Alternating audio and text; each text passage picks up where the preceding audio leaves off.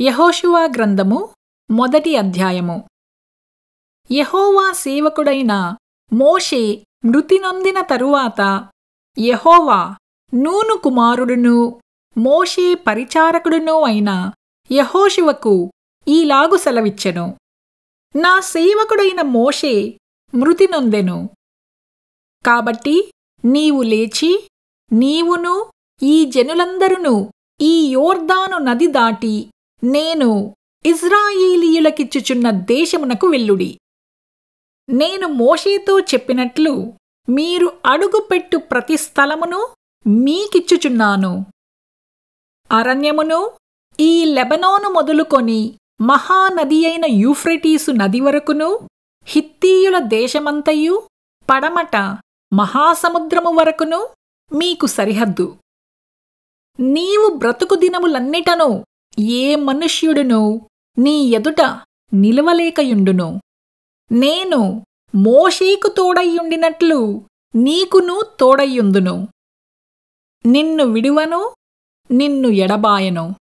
నిబ్బరము కలిగి ధైర్యముగా నుండుము. వారికిచ్చెదనని నేను వారి పితరులతో ప్రమాణము చేసిన ఈ దేశమును నిశ్చయముగా నీవు ఈ ప్రజల స్వాధీనము చేసెదవు.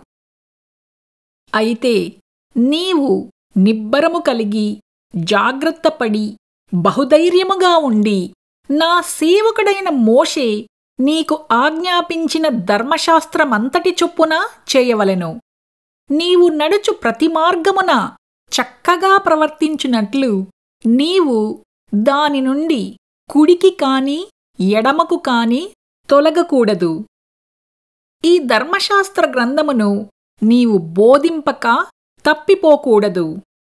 దానిలో వ్రాయబడిన వాటన్నిటి ప్రకారము చేయుటకు నీవు జాగ్రత్తపడునట్లు దివారాత్రము దాని ధ్యానించిన ఎడల నీ మార్గమును వర్ధిల్ల చేసుకొని చక్కగా ప్రవర్తించెదవు. నేను నీకు ఆజ్ఞ ఇచ్చియున్నాను కదా. నిబ్బరము కలిగి ధైర్యముగా ఉండుము. దిగులు పడకుము, జడియకుము. నీవు నడచు మార్గమంతటిలో నీ దేవుడైన యెహోవా నీకు తోడయ్యుండును.